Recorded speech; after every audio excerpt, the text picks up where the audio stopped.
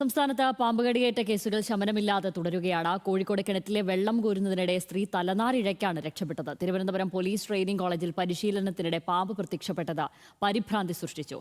ഇന്നലെ മാത്രം 21 പാമ്പുകടിയേറ്റ കേസുകളാണ് സംസ്ഥാനത്ത് റിപ്പോർട്ട് ചെയ്തത്. മരണങ്ങൾ കുറയ്ക്കുകയാണ് പ്രധാന ലക്ഷ്യമെന്ന് മന്ത്രി വീണ ജോർജ് പ്രതികരിച്ചു.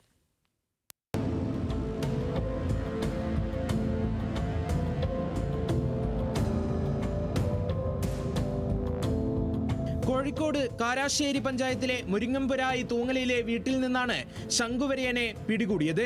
വീട്ടിലുണ്ടായിരുന്ന സ്ത്രീ കിണറ്റിൽ നിന്നും വെള്ളം കോരുന്ന സമയത്ത് കയ്യിൽ എന്തോ സ്പർശിച്ചു. പരിശോധിച്ചപ്പോഴാണ് പാമ്പിനെ കണ്ടത്. ഉടനെ വീട്ടുകാർ വനം വകുപ്പിന് കീഴിലുള്ള സ്നേക്ക് റെസ്ക്യൂ അംഗത്തെ വിവരമറിയിച്ച് പാമ്പിനെ പിടികൂടി. തിരുവനന്തപുരം പോലീസ് ട്രെയിനിംഗ് കോളേജിലെ പരിശീലനത്തിനിടയിലും പാമ്പിനെ കണ്ടെത്തി.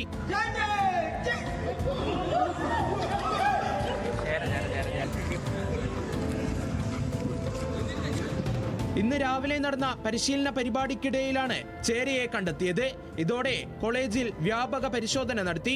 അതേസമയം പാമ്പ് കടിയേറ്റ കേസുകൾ വർദ്ധിക്കുമ്പോഴും മരണങ്ങൾ കുറയ്ക്കുകയാണ് പ്രധാന ലക്ഷ്യമെന്ന് മന്ത്രി വീണ ജോർജ് പ്രതികരിച്ചു.